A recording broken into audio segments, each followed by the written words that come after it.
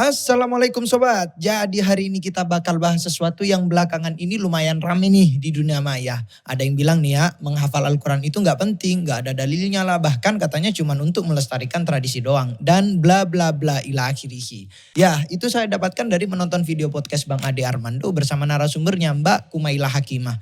Tapi seriuskah klaim itu benar? Masa sih guys? Oke, kita bahas dalam tempo yang sesingkat-singkatnya.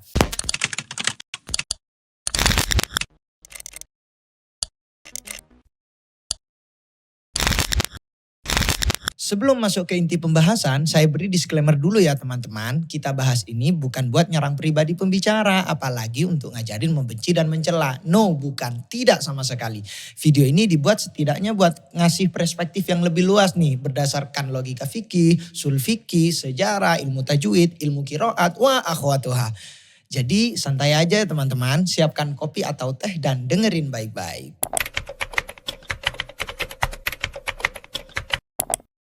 Oke, pertama si Mbak Kumaila itu bilang gini nih, menghafal Al-Quran itu nggak ada dalilnya, baik di dalam Al-Quran maupun hadis. Kalaupun ada, kebanyakan hadisnya lemah atau bahkan palsu. Ada, ini kan sama aja kayak ngomong saya lagi mandi tapi kok nggak basah ya. Ya bisa dibilang logikanya error level hardcore murokab wa mughalladhah alias salah paham tingkat dewa. Pertama, kita harus tahu dulu nih ya, Islam itu nggak mungkin nyuruh kita buat sesuatu yang sia-sia kan. Apalagi kalau itu berkaitan dengan kitab sucinya sendiri loh, Al-Quran. Dalam literatur fikih, ulama sepakat bahwa hukum menghafal Al-Quran adalah fardu kifayah. Fardu artinya wajib ya teman-teman, ingat wajib. Namun kewajiban ini bisa gugur bila sudah ada yang melakukan. Dalam konteks menghafal Al-Quran, kewajiban ini baru dihitung gugur kalau orang yang menghafalkan Al-Quran sudah sampai bilangan yang mutawatir. Yakni jumlah yang bikin mustahil mereka semua bohong bareng-bareng. Wah berarti bener dong klaim si Mbak Kumaila itu. Kita nggak perlu lagi ngafal Al-Quran karena kan yang ngafal Al-Quran sudah banyak di muka bumi ini. Ya nggak sesederhana gitu tong konsepnya. Catat baik-baik nih ya teman-teman. Fardu kifayah itu bukanlah sesuatu yang hanya diwajibkan kepada sebagian orang saja. Melainkan kepada seluruh manusia tanpa melihat siapa yang melakukannya. Ingat, tanpa melihat siapa yang melakukannya. Misalnya nih, kalau ada yang meninggal maka wajib ada yang ngurusin jenazahnya. Tanggung jawab siapa? Semua warga sekitar lah. Cuman kalau udah ada yang ngerjain, yang lain jadi aman. Nggak dosa. Intinya selama ada yang ngerjain, misinya udah sukses. Yang salah itu kalau ada yang meninggal kemudian semua orang cuma lempar tanggung jawab. Lu aja yang ngurus, lu aja. Boom, si mayit mandi sendiri, pakai baju sendiri, gali lubang sendiri, freestyle sendiri. Mudahnya hukum kewajiban fardu kifayah itu merata kepada seluruh manusia pada awalnya. Namun jika sudah ada yang melakukan maka gugurlah kewajiban pada sisanya. Jadi fardu kifayah itu kayak kerja tim. Yang penting tugasnya beres, gak peduli siapa yang turun tangan. Begitu juga dalam menghafal Al-Quran. This is teamwork bro. Seluruh manusia yang ada di muka bumi ini terkena beban untuk bekerja sama dalam menjaga Al-Quran. Inna nahnu nazzalna dzikra wa inna lahu lahafidhun. Allah saja ngejaga Al-Qurannya, masa kita hambanya nggak mau jaga? Lalu menjaganya gimana? Ya tentunya menjaga dengan metode yang dicontohkan oleh Nabi, sahabat, dan para ulama secara turun-temurun. Yaitu dua metode yang saling melengkapi dan tidak bisa dipisahkan. Menghafal dan menulis. Sampai kapan dijaga? Sampai waktu yang cuma Allah yang tahu. Berarti hukum fardu kifayah buat ngafalin Al-Quran masih terus berlaku dong sampai sekarang. Yap, secara teknis kita secara individual emang gak wajib ngafalin Al-Quran nih. Kalau udah ada cukup banyak orang yang jadi hafidh. Tapi hukum ini bisa balik lagi jadi tanggung jawab kolektif bersama kalau suatu saat gak ada yang ngafalin. Apalagi kita gak pernah tahu nih masa depan kayak gimana kan. Kalau sampai di dunia ini udah gak ada lagi yang hafal Al-Quran, otomatis kita semua kena dosa karena gak ada yang ngejalanin fardu kifayah. Meskipun skenario ini dibilang mustahil sama para ulama. Bahkan Allah sendiri udah ngejamin kelestariannya ila yaumil qiyamah. Tapi tetap saja ya teman-teman, kita nggak boleh santai-santai. Jadi tetap harus ada yang siap jadi penjaga Al-Quran. Biar hukum fardu kifayahnya tetap aman dan kita nggak kecolongan secara kolektif dari satu generasi ke generasi yang lain. Lah pertanyaan selanjutnya, kalau ini udah dijamin dijaga oleh Tuhan, kenapa kok kita harus repot-repot nimbrung ikut ngejaga? Nah, kata Fakhruddin Ar-Razi, adanya penghafal Al-Quran itu menjadi sebab dari menjaganya Allah. Artinya, Allah memang udah mendesain adanya penghafal Al-Quran sebagai bentuk dari penjagaan Allah itu sendiri. Bahasa mudahnya, ini sudah sunnatullah. Kemudian pertanyaan selanjutnya, di ayat tadi kan tidak menunjukkan perintah, berarti kan tidak berimpak kepada hukum wajib. Nah, disinilah letak kekeliruan dari Simbak Kumaila itu yang mengatakan bahwa di dalam Al-Quran sama sekali tidak ditemukan dalil yang memerintahkan untuk menghafal Al-Quran. Memang sih iya, di ayat itu nggak ada kata perintah yang eksplisit, tapi jangan salah paham ya bre. Nggak semua perintah harus dikasih dalam bentuk kalimat imperatif. Contohnya nih, ada emak-emak lagi makan bakso, terus dia bilang gini ke anaknya dengan nada yang agak tinggi. Enak banget ya makan bakso di sini. Padahal si bocah ingusan itu lagi merengek minta beli mainan. Nah itu artinya si emak ketika bilang seperti tadi berarti lagi kode keras banget tuh buat bilang udah beli bakso aja di sini gak usah beli mainan. Atau nih buat kalian yang sering salah paham sama si betina. Kalau dia udah bilang terserah dengan muka cemberut dan sedikit masam. Itu bukan berarti beneran bebas pilih bre. Itu berarti awas aja kalau salah milih. Nasib kalian di ujung tanduk. Jadi balik lagi ke masalah tadi. Walaupun gak ada kata hafalkan secara eksplisit. Bukan berarti gak ada perintahnya. Kadang perintah itu tersirat dan tinggal kita yang harus melek pinter ya minimal tahulah sama kaidahnya. Nah ayat tadi itu sebenarnya kalimat deklaratif yang punya makna imperatif. Secara teks emang cuma ngasih tahu kalau Allah bakal ngejaga Al-Quran. Tapi di balik itu ada pesan kuat yang nyuruh kita buat ikut ngejaga. Salah satunya dengan cara menghafal. Kenapa? Karena yang pertama susunan lafadznya super tegas alias full taukid. Penegasan berkali-kali. Jadi bukan sekedar info biasa nih bre.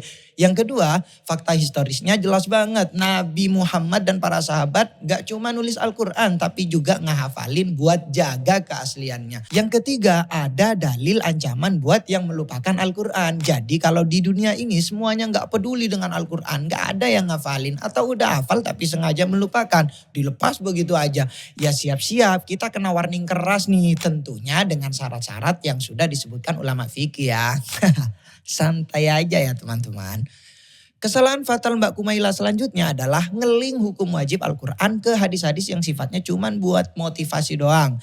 Contoh klasik nih ya, ada hadis yang bilang siapa yang ngafalin Al-Quran dia bisa kasih syafaat buat 10 keluarganya. Atau orang tua penghafal bakal dapat mahkota yang sinarnya lebih indah daripada sinar matahari. Ya walaupun kita semua tahu matahari mah bukan indah tapi lebih kegera ya. Nah hadis-hadis model begini emang masih diperdebatkan di kalangan ulama. Ada yang bilang dhaif, ada yang bilang hasan gharib, bahkan juga ada yang bilang sahih loh.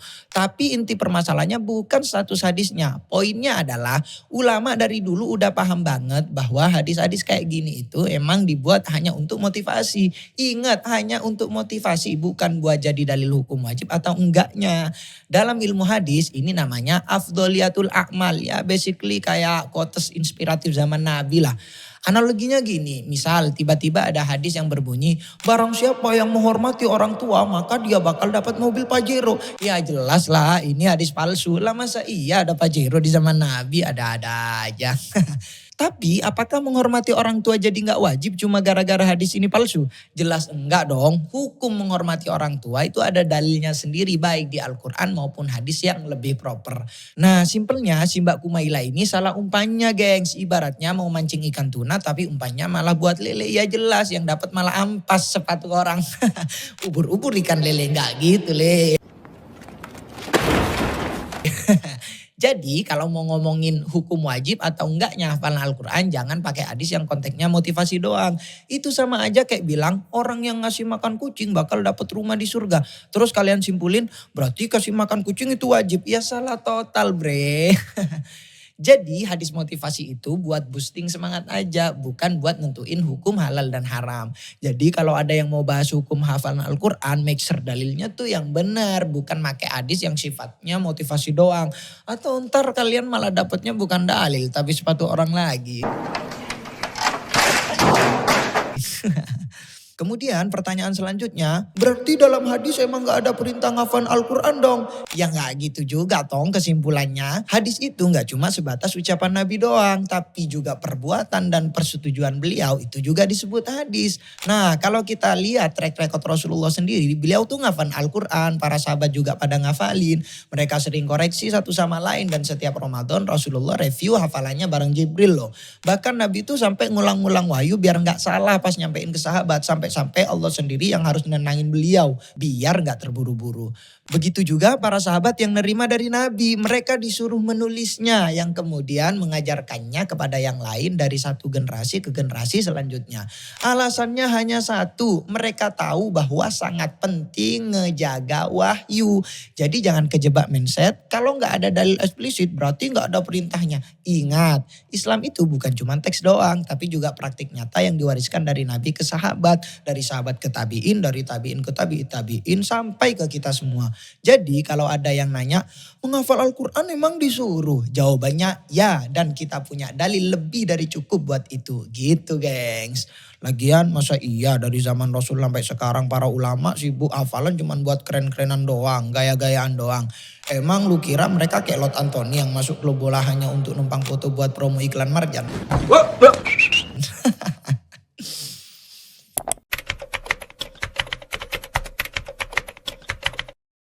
Oke selanjutnya, kombo si Abang Ade Armando dan Mbak Kumaila itu juga bilang, sekarang kan Al-Quran udah tercetak di mana-mana, jadi buat apa dia hafal?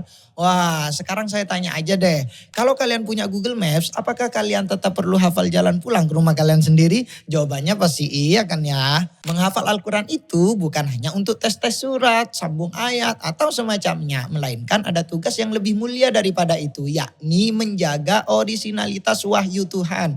Seperti yang saya bilang tadi, dalam fakta sejarahnya Nabi itu ngafalin Al-Quran secara sungguh-sungguh agar dia bisa nyampein pesan Tuhan kepada hambanya secara peketiplek. Sehingga wajar Nabi mendapat gelar Al-Muballighul Amin yang sudah menyampaikan dan lagi amanah. Begitu pula para sahabat yang langsung nerima dari Nabi, mereka juga ngafalin, sebagian dari mereka diperintah untuk menulisnya walaupun di awal-awal sih masih berserakan dalam berbagai bahan ya. Seperti di pelepah kurma, kulit hewan, batu dan lain sebagainya. Karena mengingat tradisi menulis di kala itu adalah tradisi yang sangat mahal dan langka. Tidak hanya itu, mereka juga ngajarin hafalan itu dan tulisan itu kepada sahabat lainnya. Mereka saling koreksi bila ada yang salah dan budaya inilah yang turun-temurun dilestarikan sampai ke masa kita pada saat ini. Tujuannya jelas, tidak lain dan tidak bukan yaitu untuk ngejaga orisinalitas wahyu Tuhan. Ingat ya, untuk ngejaga orisinalitas wahyu Tuhan. Lah berarti kan benar, gak perlu dihafal lagi dong. Karena kan sudah jelas Al-Quran yang ada sekarang sudah pasti original. Gak akan ada yang dirubah, gak akan ada yang ngerubah. Yap, Al-Quran yang sekarang itu emang sudah pasti original. Tapi menghafalkan dan menulis Al-Quran supaya tetap original itu persoalan yang berbeda. Saya tegaskan lagi ya teman-teman, menghafal itu untuk ngejaga Al-Quran. Ingat, menjaga Al-Quran seperti yang sudah saya jelaskan di bab pertama tadi. Menjaga Al-Quran itu adalah aktivitas yang tidak akan ada hentinya. Dia tidak terkait dengan masa dan waktu.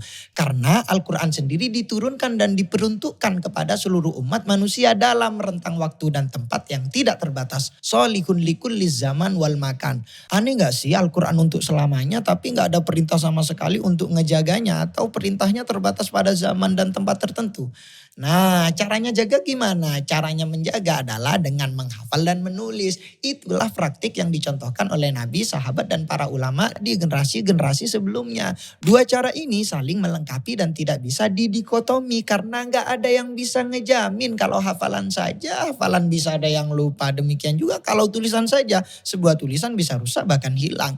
Sehingga dua metode ini harus dipakai kedua-duanya, saling berkelindan yang harusnya bukan sebuah pilihan atau prioritas melainkan berjalan beriringan. Lah emangnya dengan gabungan dua metode itu siapa yang bisa ngejamin kalau dua-duanya pasti sah dan pasti benar dijadikan alat untuk ngejaga Al-Quran? Nah seperti yang udah saya bahas di bab pertama bahwa Tuhan sendiri yang udah ngejamin Al-Quran pasti terjaga. Dan menurut para pakar, ngejaganya Allah itu ya dengan menciptakan para penghafal-penghafalnya dan penulis-penulisnya.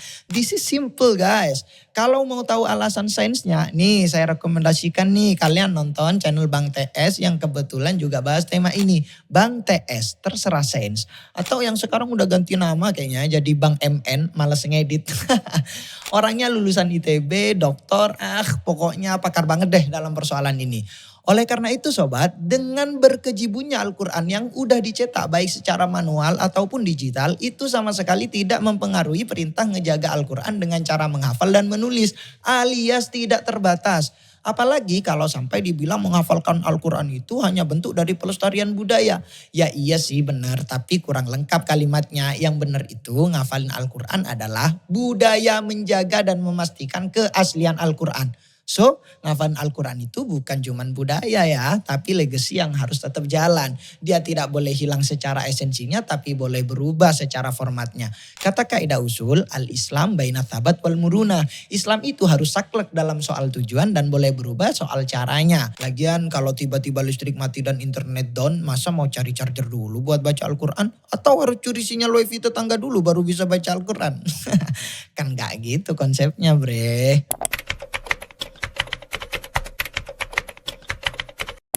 Nah selanjutnya ada teori dari Mbak Kumaila lagi nih yang bilang kalau di zaman Nabi nggak ada sistem tes hafalan kayak di lembaga tahfidz Indonesia sekarang. Katanya kalau sahabat dites di Indonesia mereka juga nggak bakal lulus tuh. Tapi bohong. Salah dikit langsung dikoreksi, salah makhraj saja dikoreksinya udah hampir setengah mati. Atau salah tajwid misalnya, wah udah pasti bisa buat geger netizen plus 62 untuk mengeluarkan kata-kata mutiaranya. Jujur sih ya, yang ini nih bener banget. Saya kasih nilai A plus. A untuk pola pikirnya plus untuk ketidaklengkapan data historisnya. Begini ya teman-teman, sebenarnya kalau yang dimaksud tes ala lembaga tahfidz zaman sekarang dengan standar tajwid ketat dan metode talaki formal itu, ya emang gak ada di zaman Nabi yang persis begitu. Dan tidak akan pernah ada data, tidak akan pernah ada cukup bukti yang berbicara soal itu. Kalau nyari yang persis nih. Tapi pernah gak sih kita mikir kenapa kok sistem bacaan atau tes hafalan yang sekarang ini terkesan begitu ribet? Alasannya sih mudah, itu semua dilakukan untuk satu alasan yang pasti, yaitu budaya saling mengoreksi. Kenapa kok harus dikoreksi? Ya jelas lah untuk menjaga keaslian Al-Quran. Cat dibuka ayang aja dibenerin, apalagi cat dari zat si paling ayang, yakni Allah Subhanahu wa Ta'ala. Jadi kalau dibilang gak ada sistem koreksi hafalan itu salah besar. Kenapa? Karena pertama, Nabi Muhammad sendiri ngoreksi hafalan para sahabat. Setiap kali wahyu turun, Nabi langsung mengajarkan dan memastikan hafalan mereka benar. Bahkan Nabi sendiri direview langsung oleh malaikat Jibril di setiap tahunnya, yakni di bulan Ramadan. Contohnya nih, suatu hari Ibnu Mas'ud radhiyallahu anhu lagi bareng Rasulullah, tiba-tiba beliau bilang, bacakan Al-Quran buatku. Ibnu Mas'ud kaget dan langsung nanya, lah kok saya yang bacain, kan Al-Quran itu udah turun ke engkau langsung wahai Rasulullah. Tapi Rasulullah dengan santai menjawab, saya suka dengerin Al-Quran dari orang lain. Akhirnya Ibnu Mas'ud mulai baca surat An-Nisa sampai ke ayat ini. Fakaifa idza ji'na min kulli ummatin bisyahidi wa ji'na bika ala haula'i syahida. Pas sampai di ayat ini nih Rasulullah langsung bilang cukup Ibnu Mas'ud. Ibnu Mas'ud pun berhenti dan pas dia nengok ternyata mata Rasulullah udah berkaca-kaca nih teman-teman. Air mata beliau jatuh. Dan di zaman itu Masjid Nabi rame banget dengan suara hafalan Al-Quran dari para sahabat. Ada yang murojaah, ada yang ngajarin, ada yang dengerin. Ya masjidnya literally kayak kelas besar tahfidz Quran sekarang lah. Tapi karena suara mereka makin kencang dan bisa bikin orang lain bingung, Rasulullah akhirnya kasih instruksi nih. Turunin volume bacaan kalian biar gak saling ngeganggu yang akibatnya nanti banyak yang salah. Nah dari zaman Nabi udah ada konsep revisi dan koreksi hafalan loh. Yang kedua, para sahabat juga saling menyimak dan mengoreksi satu sama lain. Artinya ketika ada orang yang salah baca langsung dikoreksi di tempat. Nah ini persis nih seperti yang terjadi di masa Khalifah Utsman. Di masa beliau mushaf yang begitu banyak dengan qiraat yang bermacam-macam sudah mulai diseragamkan. Dan asal kalian tahu ya teman-teman, Sayyiduna Uthman itu ngumpulinya nggak sendirian, melainkan bersama sahabat-sahabat yang lain, bahkan para penghafal Al-Quran di kala itu dikumpulkan oleh beliau untuk diajak berunding guna memilah dan memilih mana bacaan yang benar dan mana bacaan yang salah. Yang pada akhirnya satu mushaf dibakukan dan yang tidak terpilih dibumyahmuskan. Dari sini kelihatan ya teman-teman bahwa koreksi hafalan sudah ada sejak zaman Nabi dan para sahabat meskipun formatnya beda dengan lembaga tahfidz yang sekarang. Come on bre, ini hanya persoalan format bukan persoalan hakikat. Lah selanjutnya aturan tajwid, makhorijul huruf, aturan baca yang ribet itu dari mana? Jadi gini bre, Imam Suyuti dalam bukunya Al-Itqan beliau menjelaskan bahwa cara membaca Al-Quran secara global yang sesuai dengan Nabi itu ada 3 mode. Yang pertama mode slow dan detail. At-tahqiq, bacaan super detail.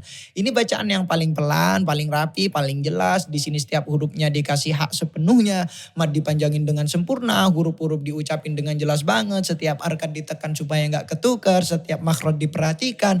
Ada jeda antara huruf biar makin clear, tapi nggak lebay juga sih. Kata Imam Hamzah, jangan sampai kita malah bikin huruf baru dari harkat dengan mode yang ini. Misalnya nih, ro jadi bergetarnya terlalu banyak, nun mim malah mendayu-dayu kayak nyanyi, bacaan jadi terlalu dramatis ya sampai aneh lah. Siapa yang pakai mode ini? Imam Hamzah dan Imam Waroshi. Dan sahabat yang pernah baca dengan model yang begini adalah Ubay bin Ka'ab, salah seorang hafidz terbaik di masa Nabi. Yang kedua mode fast reading, al-hadru, bacaan cepat dan efisien. Nah kalau yang ini nih bacanya lebih cepat dan lebih ringan. Bacaannya ini lebih mengalir tanpa banyak berhenti, huruf dan harkat tetap dijaga tapi nggak terlalu panjang. Ada teknik shortcut seperti idgham besar dan pengurangan tekanan di beberapa huruf. Hemat waktu tapi tetap sesuai aturan qiraat. Tapi jangan terlalu terburu-buru juga ya teman-teman. Jangan sampai hurufnya ketelan atau hilang. Bacaan masih harus tetap jelas. Yang intinya jangan sampai kayak orang yang lagi nge-rap lah. Siapa yang pakai mode ini? Imam Ibnu Katsir, Imam Abu Ja'far, Abu Amr, Yakub, dan lain sebagainya. Yang ketiga mode balance atau standar. At-tadwir, bacaan medium, gak pelan, gak cepat. Bacaannya tengah-tengah antara pelan dan cepat. Mat tetap dipanjangin tapi gak over. Makhorijul huruf tetap jelas tapi gak perlu dibelah-belah banget. Bacaan lebih nyaman dan easy listening. Siapa yang pakai mode ini? Mayoritas ulama dan qori-qori terkenal. Ketiga-tiganya sudah warid dari Nabi. Apalagi soal tajwidnya. Sampai-sampai Nabi pernah bilang kalau kalian ingin baca Al-Quran sebagaimana Al-Quran diturunkan, maka bacalah seperti bacaan Ibnu Mas'ud, sahabat yang dikenal dengan sebutan si paling tajwid. Karena dia adalah sahabat yang a'to hadzon aziman fi tajwidil Quran. Memberikan hak secara penuh dalam tajwid Al-Quran. Bahkan dia sampai bilang jawidul Qur'ana.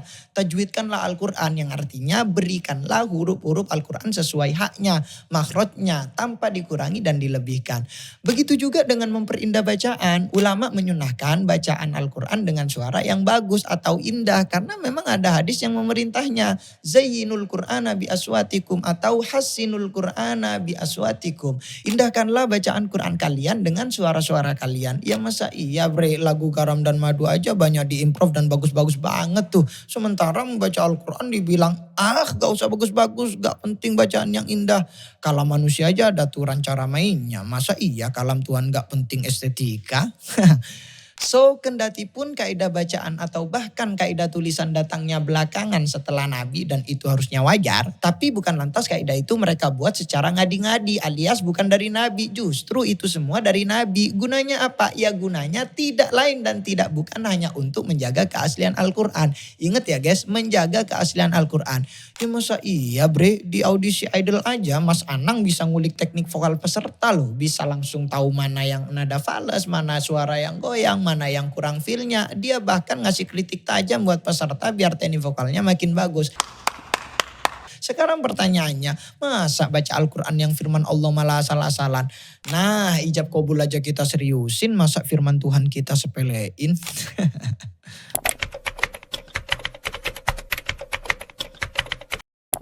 Yang terakhir nih, si Mbak Kumaila bilang kalau hafalan itu nggak penting. Yang menjadi substansi bukanlah membaca dan menghafalkan, melainkan memahami, menjalani, mengamalkan, menangkap pesan dari Al-Quran tersebut. Penghafal Al-Quran itu udah nggak penting lagi di masa saat ini. Buang-buang riset sumber daya kognitif manusia nggak sih? Harusnya kita bisa memfokuskan sumber daya kognitif kita untuk mencetak para pemikir-pemikir baru, bukan penghafal-penghafal baru, kata dia. Setuju sih, tapi coba deh kita bahas dari sisi yang lain. Otak itu nggak seperti hard disk bre. Banyak yang mikir kalau hafalan itu kayak nyimpen file di hard disk. Kalau kepenuhan jadi lemot. Padahal otak manusia itu makin dipakai ya makin tajam nggak sih? Ngafalin itu bukan ngebuang kapasitas otak, tapi justru melatih otak biar makin kuat dan makin tajam buat berpikir. Ini persis yang dikatakan oleh Ustadz Felix dalam kanal YouTube-nya baru-baru ini nih. Dia mengutip teori taksonominya Bloom yang mengatakan bahwa memori itu adalah pondasi pemikiran. Tahapan belajar yang paling dasar adalah memorization atau remember, reading, rereading, rereading. Gimana mau mikir kritis kalau nggak punya data di kepala? Ngafalin Al-Quran itu kayak punya database langsung di otak. Jadi pas kita mau ngambil keputusan atau diskusi sesuatu, kita udah punya referensi di otak kita. Hafalan itu bukan sekedar hafalan. Ngafalin Al-Quran itu nggak kayak ngafalin rumus matematika doang bre. Hafalan itu nyambung ke pemahaman, perenungan, dan akhirnya ke pengalaman. Justru dengan hafalan kita bisa lebih dekat sama maknanya. Coba nih kita melek saja kepada sejarah. Pemikir-pemikir muslim terbaik sepanjang sejarah banyak yang hafal Quran kok. Lihat saja tokoh-tokoh Islam kayak Imam Al-Ghazali, Ibnu Sina, Ibnu Khaldun. Mereka pemikir kelas dunia tapi tetap hafal Al-Quran kok.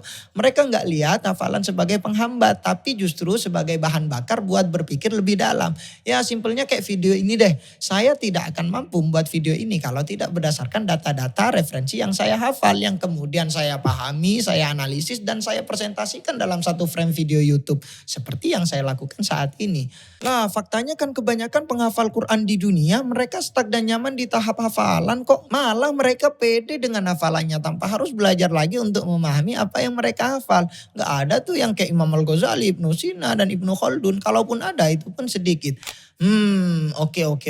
Saya paham apa yang kalian maksud. Tapi catat ini baik-baik ya teman-teman. Menghafal Al-Quran itu tujuannya adalah menjaga keaslian wahyu Tuhan. Ingat, menjaga keaslian wahyu Tuhan. Ini adalah tugas umat manusia yang tidak akan pernah ada batas. Jadi mau kondisinya apapun, Al-Quran udah dicetak sebanyak apapun, tradisi menghafal tetap akan bernilai dan berfungsi sebagai penjaga keaslian wahyu Tuhan. Ingat, penjaga keaslian wahyu Tuhan. Bahkan Imam Nawawi menyebutkan membaca dengan melihat mushaf atau udah hafal tapi bacanya sambil lihat mushaf itu lebih utama daripada membaca tanpa melihat mushaf.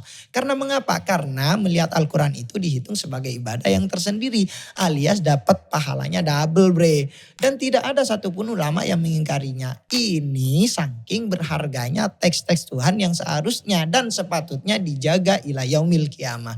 Cuman kalau kita lihat dari sisi menghafal adalah bagian dari proses membaca, maka kata para cendekiawan lintas mazhab, memahami Al-Quran walaupun sedikit membacanya itu lebih baik daripada bacanya banyak dengan tajwid yang begitu detail tanpa diolah dengan pemahaman. Afala yatadabbarunal Qur'an, afala ta'qilun, afala tatafakkarun.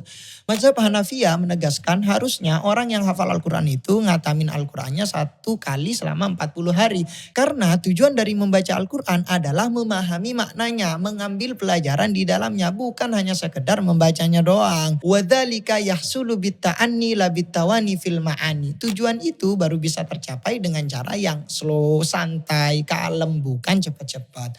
Bahkan menurutnya orang yang ngatamin Al-Quran kurang dari 3 hari katanya disebut lam yafqoni alias gak paham fikih. Jadi kalem aja ya teman-teman. Tapi keutamaan memahami dari sisi ini tidak lantas menyimpulkan bahwa hafalan itu nggak penting. Ini lebih gagal paham bre. Karena menghafal adalah awal sementara memahami adalah tujuan. Jadi jangan salah paham lagi ya teman-teman. Fokus ke pemahaman itu bagus tapi itu bukan alasan buat ngeskip hafalan. Dua-duanya bisa jalan bareng tanpa harus menjadi sebuah pilihan atau bahkan sebuah prioritas. Hafalan itu ibarat nyiapin senjata dan pemahaman itu cara pakainya. Masa iya mau perang tapi nggak bawa senjata?